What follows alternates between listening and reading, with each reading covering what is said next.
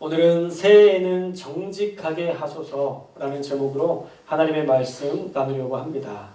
우리가 사도행전을 계속 살펴보고 있습니다. 그러면서 정말 그때그때마다 하나님이 주신 말씀들을 우리의 말씀으로 취하고 있는데 오늘 우리에게 이 말씀을 통해서 한 해 동안 정직하라 라는 마음을 우리에게 주시는 것 같아요.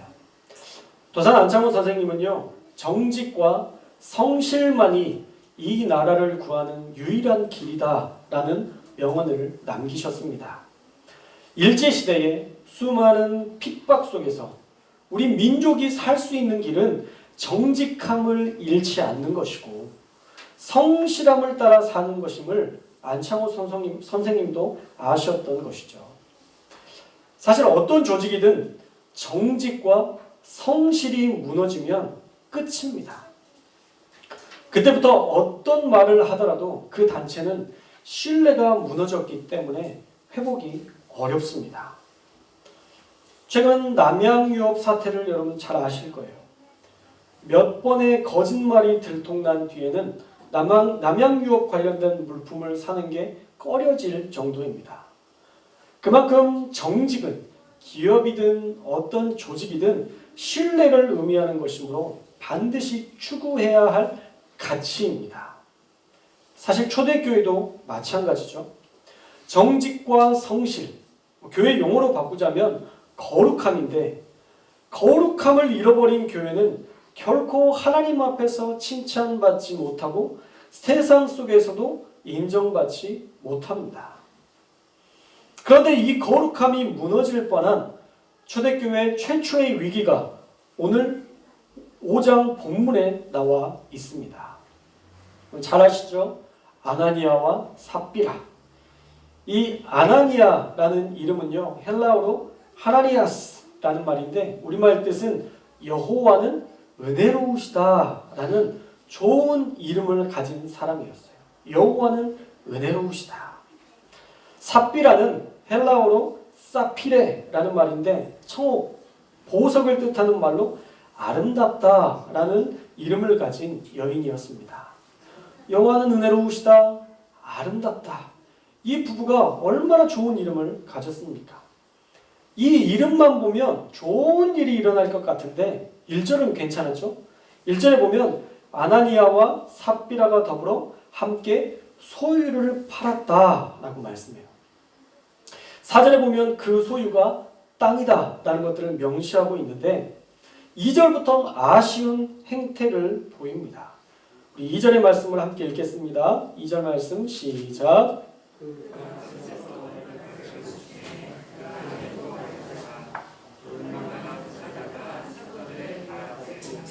아멘. 자, 함께 소유를 팔았고 얼마를 감춘 것도 아내가 다 알았다는 거예요.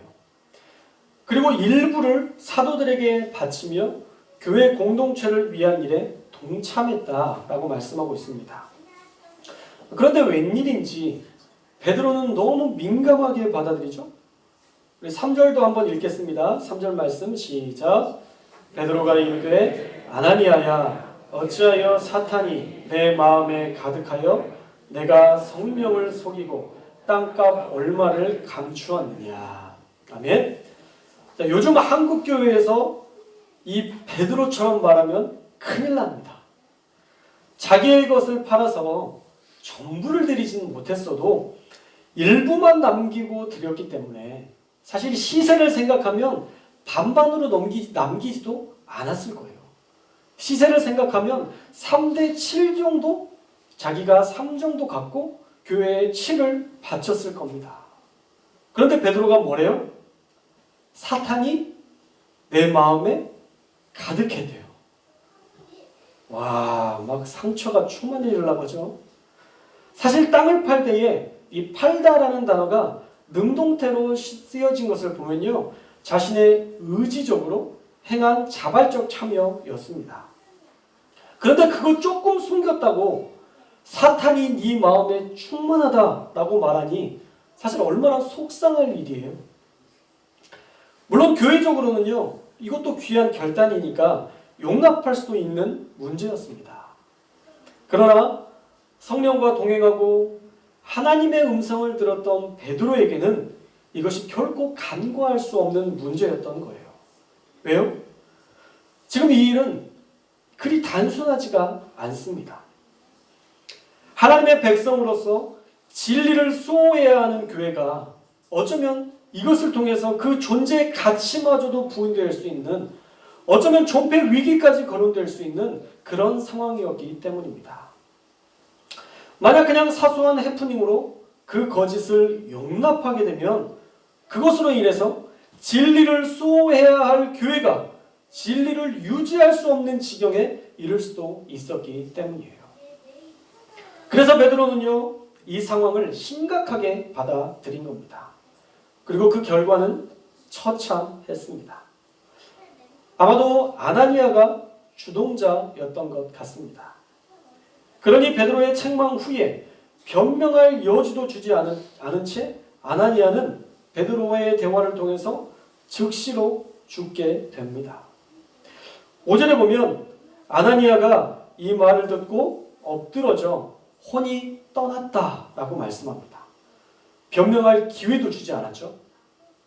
그러나 삽비라는 조금 달랐습니다. 3시간쯤 지난 후에 한 번 더 기회를 줍니다. 베드로가 묻죠. 땅 판값이 이것뿐이냐? 라고 물을 때 삽비라가 네, 이것뿐입니다. 라고 말하자 어찌 함께 꾀하여 주의 영을 시험하느냐? 책망을 듣고 남편의 시신을 두고 온 사람들이 오자마자 이제 삽비라도 혼이 떠나게 되어서 그의 남편 곁에 장사하게 됩니다. 그런데 도대체 뭐가 문제였나요? 첫째로 먼저 소유를 팔아서 교회 앞에 내어드렸잖아요. 그런데 아나니아와 삽비라가 간과했던 게 하나 있어요. 그것은 하나님이 원하시는 것은 재물이 아니라 진심, 그 마음을 받기 원하셨던 겁니다.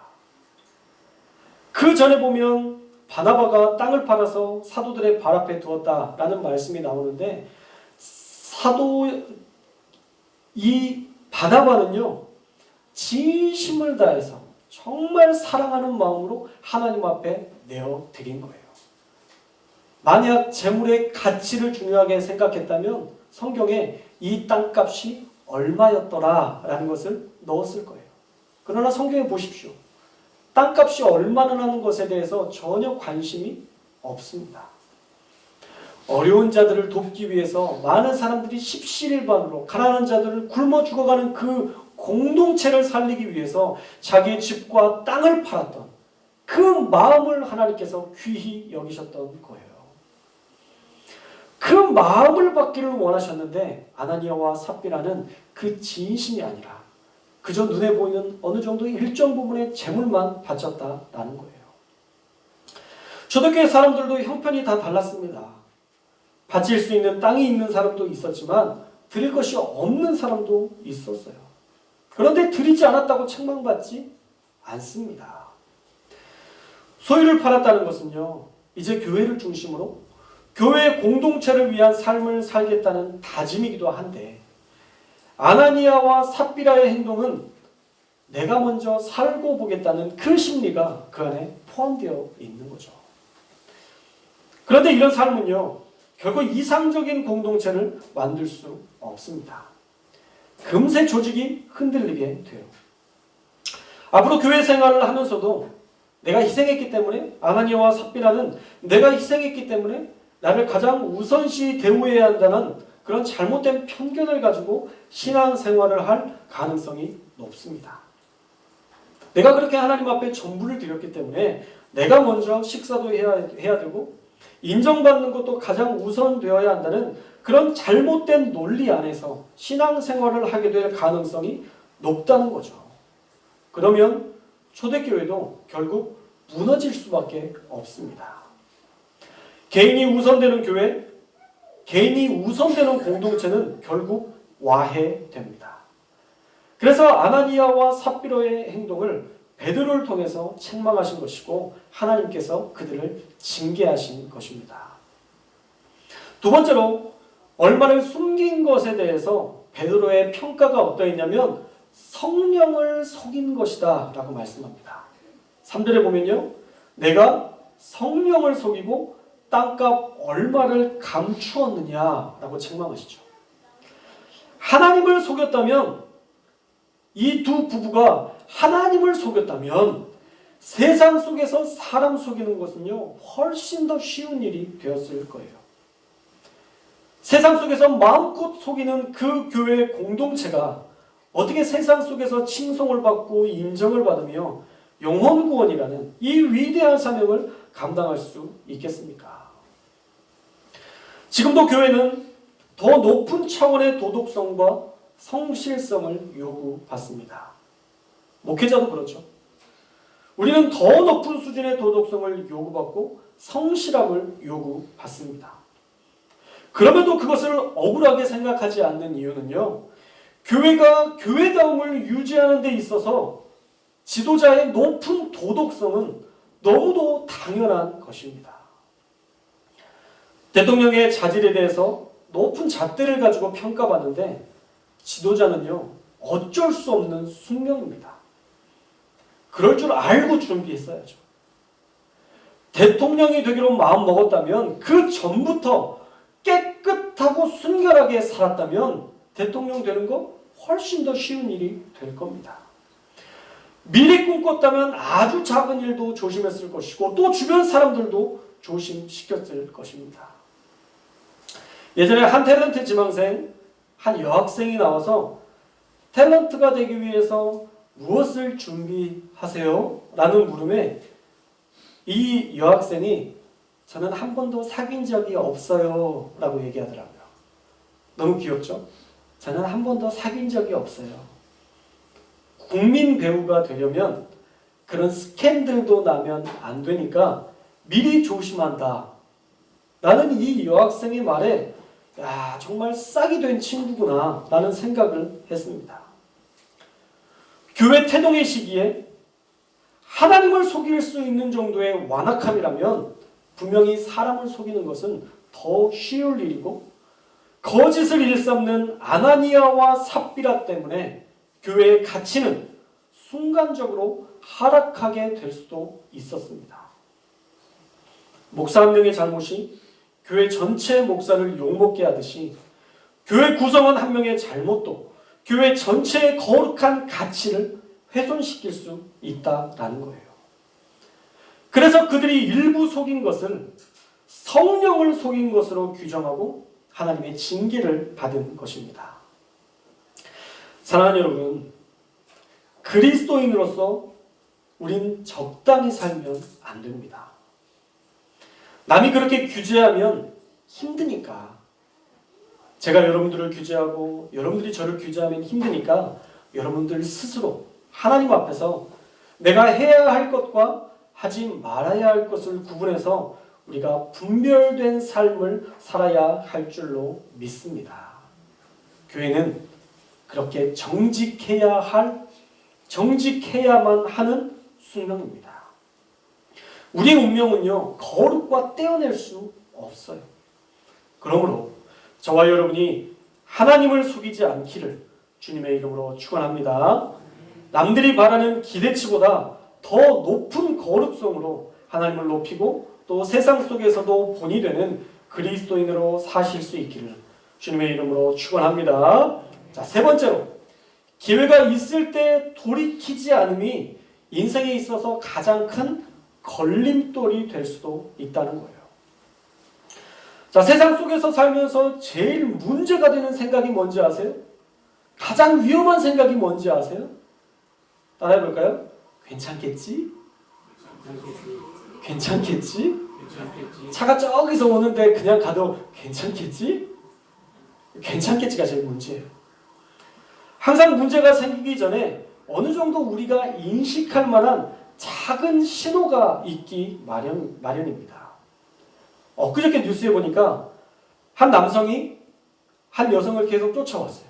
빌라까지 쫓아왔는데 뭐 알죠. 계속 힐끔힐끔 쳐다보고 내가 가면 가고 내가 멈추면 멈추는 이 따라오는 그 인기척을 모를 리가 없죠.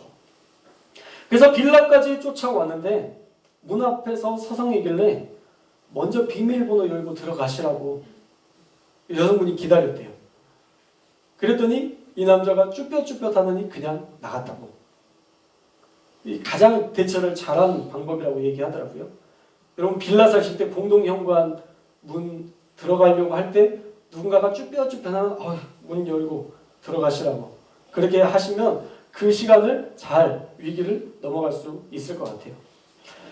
먼저 대비했기 때문에 작은 신호들에 민감하게 기억하고 반응하고 괜찮지 않을 수 있어 라는 생각들을 먼저 하고 대비했기 때문에 큰일을 막은 최근 보도된 뉴스 내용입니다. 사실 직장에서도 수많은 유혹이 찾아오죠. 이건 아무도 모르는 비상금이야. 너만 알고 있으면 돼.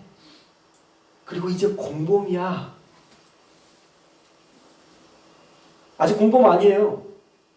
돈을 함께 쓰겠다고 얘기하지 않았고 확답을 주지 않았으니까 이 사인이 나에게 왔을 때 기회를 주지 않으면 돼요.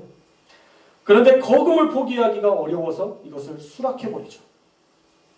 만약 양심의 소리에 귀 기울였더라면 새해 첫날에 우리 송독교회에 와서 새해엔 정직하게 하소서 이런 말씀을 듣고 그 말씀을 우리의 마음속에 기억해 놓았더라면 그 양심의 소리를 그 욕심을 대적해서 이겨낼 수 있을 텐데 결국에는 법정까지 서게 되는 일들 종종 봅니다.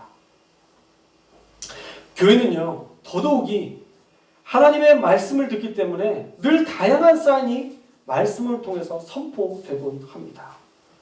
여러분에게 주시는 말씀이 있어요. 제가 선포하지만 제가 말씀을 준비할 때부터 여러분들의 각자를 위한 말씀의 포인트가 있습니다. 정말 신기하게도요.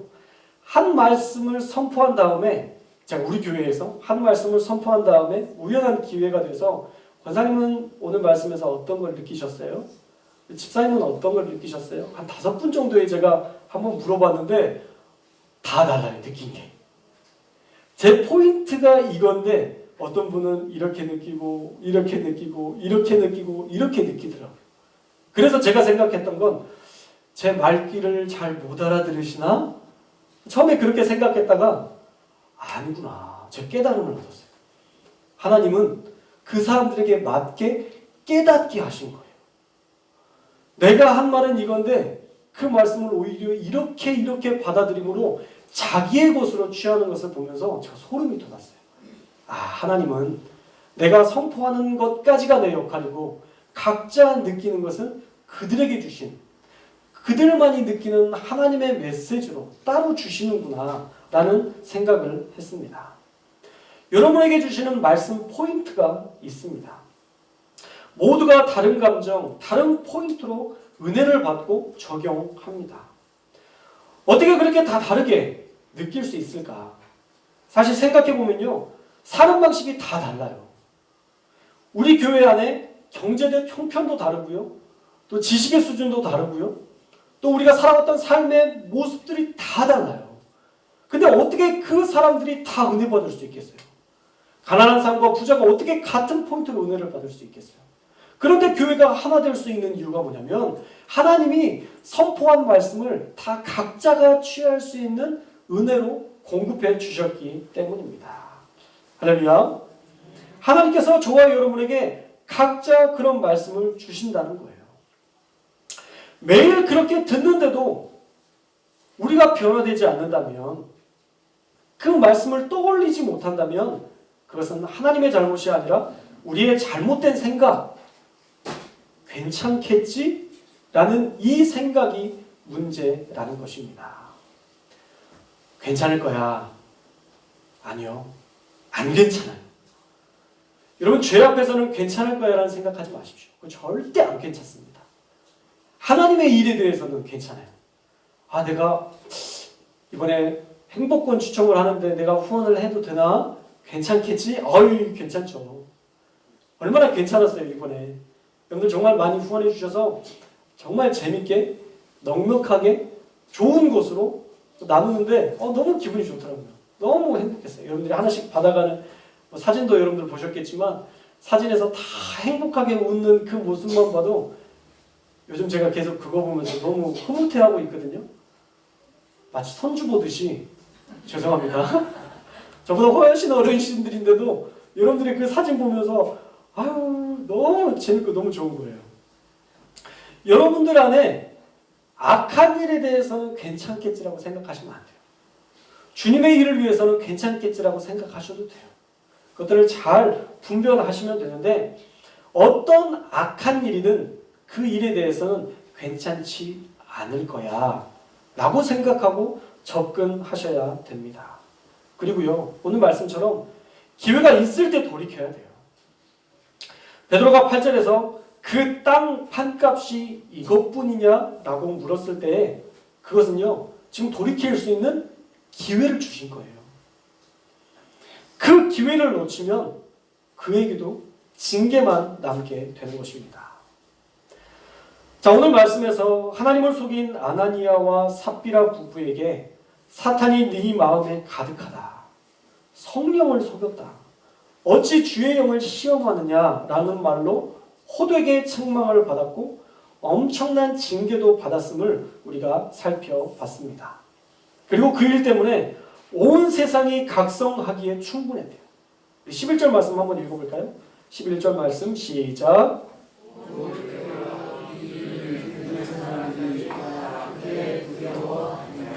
아멘. 자, 이 일에 대해서요, 교회뿐만 아니라 이 일을 들었던 모든 사람들이 다 크게 두려워했대요. 자, 이것을 반면교사라고 하는데 좋지 않은 것을 보고 모두가 교훈을 삼는 대상이 되었다라는 거죠. 좋은 일로 본을 보이는 교회가 되어야지 이렇게 반면교사로 부끄러움을 당해서는 안 될 것입니다. 자, 오늘 말씀을 통해 우리는요, 교회의 거룩성에 대해서 살펴봤습니다. 거룩은 완전을 뜻하는 단어예요. 거룩은 구별됨을 뜻하는 단어입니다. 우리가 완전한 마음으로 행하지 않으면, 우리가 세상과 구별된 그리스도인으로 살지 않으면, 하나님 앞에서 완전한 정직함으로 살지 않으면 하나님은 어쩌면 우리에게도 사탄이 가득하여 어떻게 나를 속이고 성령을 속이려 드느냐 책망하실지도 모릅니다. 올해 2022년 처음 해주시는 말씀이 정직과 거룩을 말씀하고 계십니다. 그렇다면 올 한 해는 그 어떤 때보다 하나님 앞에서 거룩하게 살아 하나님께 영광 돌리며 세상의 본이 되는 그리스도인으로 살아가야 할 줄로 믿습니다. 오늘 이 말씀 이후에 보면요, 사도행전의 교회가 놀랍게 부흥하는 역사들이 나타나요. 돌이킨 거죠. 하나님이 주신 말씀 그 사인에 모든 성도들이 돌이킨 이후에 나중에 교회가 많은 사람들에게 칭송받게 됩니다. 저와 여러분의 오늘, 혹시 여러분들이 회개해야 될 것들이 있다면 빨리 회개하고 돌이키는 저와 여러분이 되어서 이제 우리에게 예비된 그 놀라운 부흥과 축복의 역사들이 저와 여러분의 축복이 되기를 소망합니다. 그래서 올 한 해 끝에 오늘 들었던 이 말씀을 기억하고 올 한 해 끝에 우리의 고백이 주님 앞에서 거룩하게 살았던 제 삶으로 하나님께 영광 돌립니다 라는 이 고백 올려드렸으면 좋겠습니다. 따라해 볼까요? 주님 앞에서 거룩하게 살았던 제 삶으로 하나님께 영광 돌립니다. 아유, 시작인데 벌써 뿌듯하지 않아요? 2022년 송구영신 예배 마지막 그 고백에서 여러분들이 이런 기도를 한다고 생각해 보세요. 하나님, 제가 살았던 한 주의 거룩한 삶으로, 한 해의 거룩한 삶으로 하나님께 영광 돌립니다. 하나님이 이뻐, 이뻐 살겄어, 하나님 그러시지 않을까요? 올 한 해 거룩함으로 살아서 하나님께 칭찬받는 저와 여러분의 한 해가 될 수 있기를 주님의 이름으로 축복합니다.